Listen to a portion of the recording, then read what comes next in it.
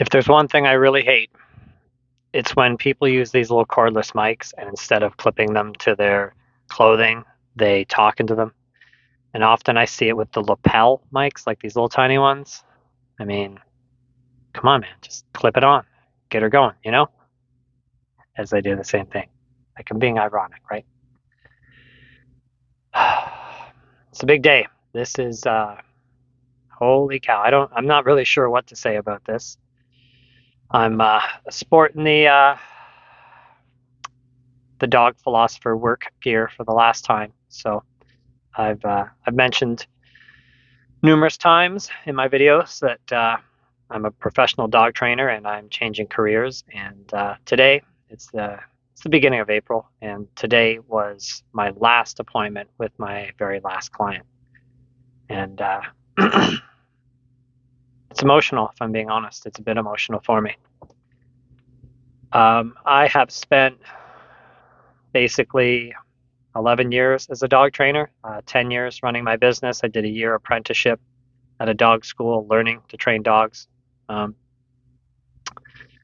I was in a protection club doing protection training, so I learned how to do that a little bit, where dogs you bite work, as they say. I've done a little bit of agility, but mostly I did high level obedience, and mostly I did behavioral issues. So it's been a decade of working with reactive dogs, highly aggressive dogs. I have been bit more times than I care to recount. Um, it's been wonderful. It's been highly stressful as well, but that's the nature of the dog training world. I do think it's a very stressful career. It's been great. And I mean, some of the stresses you wouldn't think about. I'm in the old camper van here, and I have been driving this camper van around for a decade to clients' appointments, and I have been driving all over the greater Hamilton area here in Hamilton, Ontario, Canada. And sometimes my appointments are like 40 minutes apart, and I'm fighting traffic. And through the winter, there's a lot of like little neighborhoods I go into where the 4 or 5 like spots left for parking, and they don't fit my van. Like it's tough, especially in a camper van. This thing's 19 feet long, so it doesn't park anywhere, just anywhere. But I need this because it's heated, and usually my little buddy Ollie's in the co-pilot seat here. So it's air conditioned in the summer and it's heated in the winter, which is why I've always used the van. It's our camper van, and my wife and I say that, and I don't know how else to describe her because we are still legally married. We live together in the same house. We live like roommates. We each have our own room, but she's still somebody that I care very deeply about, and she's still my best friend. And legally, she's still my wife, but we're not husband and wife in the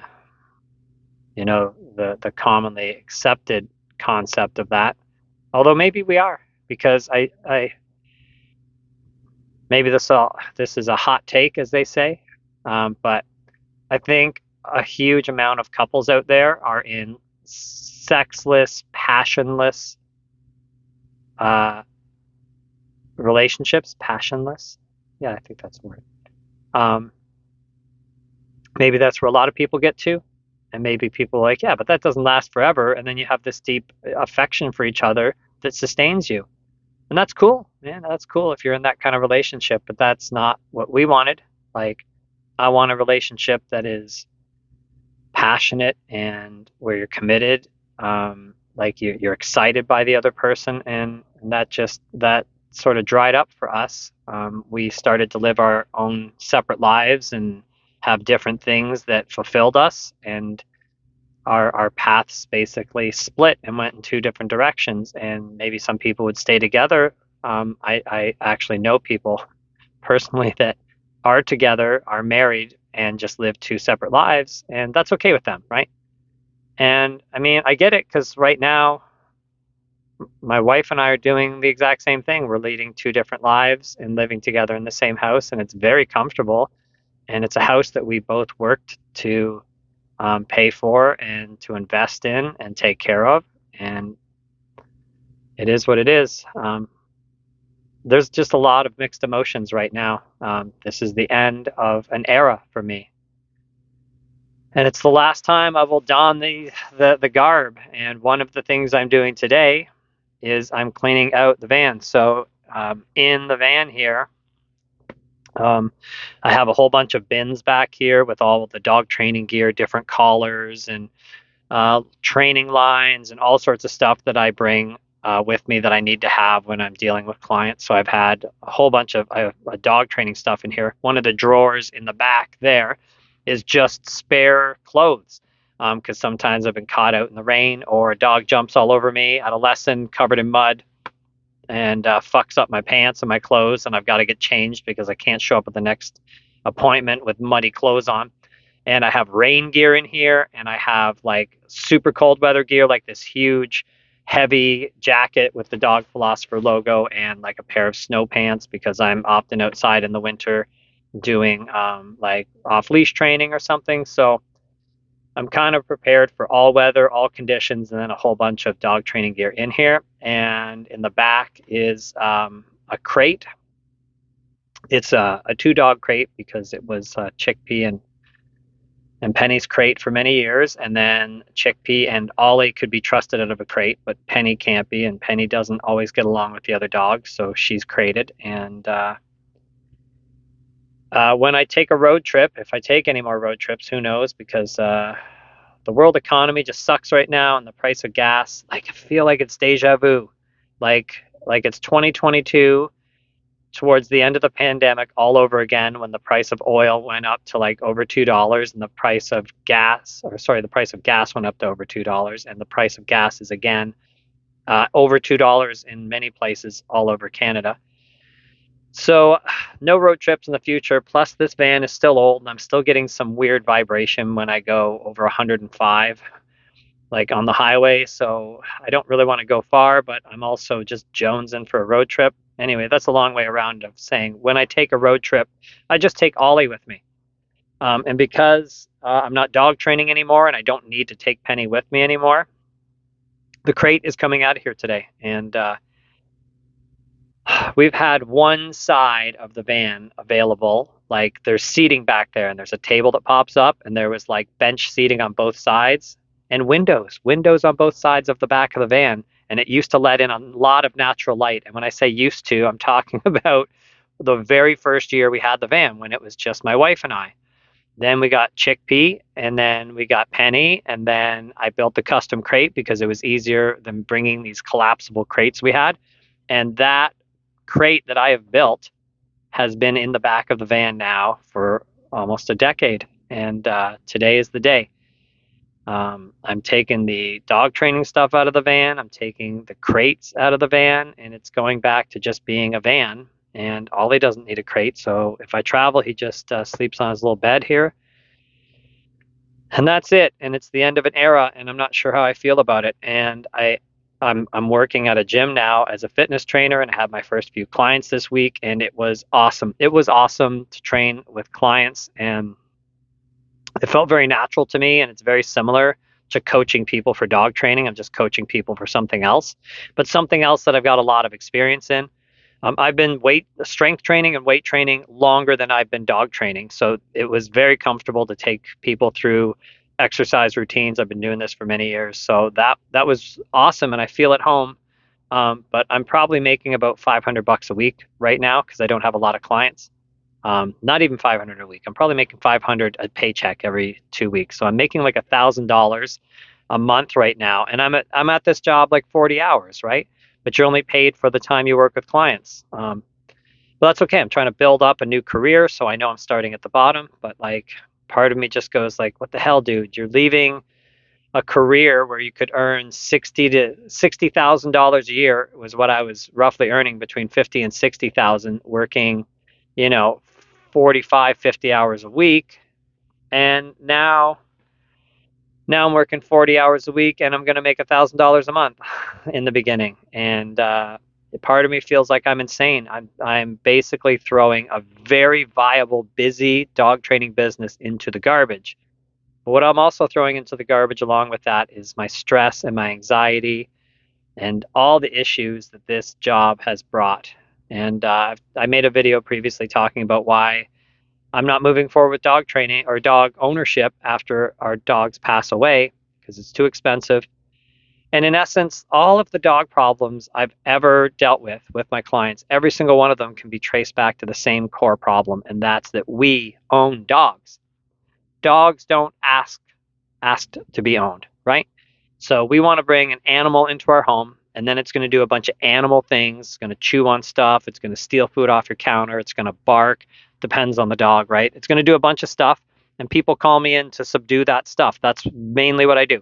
Can you get my dog to stop doing X? So the dogs don't have a problem. There are no problem dogs. There are owners that have problems with their dog's behavior, right?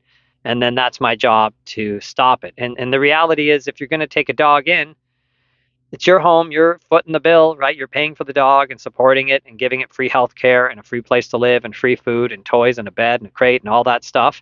And in return, we expect as dog owners that our dogs stop doing some of that dog stuff. That's the deal. You live with me and you can't live like a wild animal and shit in my house and chew on everything because then I don't enjoy it. So all of the problems are because we own dogs. If we all just stopped owning dogs, there'd be no dog training, there'd be no dog problems because we wouldn't own them anymore. But we're trying to smush this, square peg of the dog into the round hole of human life. And that means we got to shave off the edges and change it a little bit. That's the reality. Like, unless you have a farm and you just let the dog like run around wild on the farm, then the dog is just being a regular dog. But if you live in the city, just putting the dog on a leash is unnatural. You're putting an animal on a leash and parading it around the neighborhood, and some of them are going to be okay with that, and some of them aren't going to be okay with that. But like, I'm leaving dog ownership behind for so many reasons. And I love dogs, don't get me wrong. I absolutely love dogs, but I'm leaving dog ownership behind for a variety of reasons. And I can't be a dog trainer anymore. I just can't participate in the dog world anymore. And today was the day. I'm still a dog owner, but I'm not a dog trainer anymore. I'm a fitness trainer now. I was going to say people trainer, but I've essentially been a people trainer for many years, right? Just it's the end of an era, and I'm not sure how to feel about it yet. I feel a weird sense of relief that I'm past dog training and onto my new life. And again, this like sense of grief that something that's been such a huge part of my life and really my identity, right? People will go, "Hey, aren't you the dog philosopher?" Like I named my business the Dog Philosopher, but then I became it just like Cesar Millan became the Dog Whisperer. So I'm losing a little piece of my identity, and I lost a huge part of my identity when my wife and I decided to separate, and I lost part of myself when I lost my American Bulldog Chickpea. And it's been a lot of changes, and this is kind of the last really big change that's hit me. This is kind of the last big one is closing up shop today. And on that note, I guess it's time to get down to business and start packing up. Man, life's a roller coaster. Buckle in and hang on for the ride.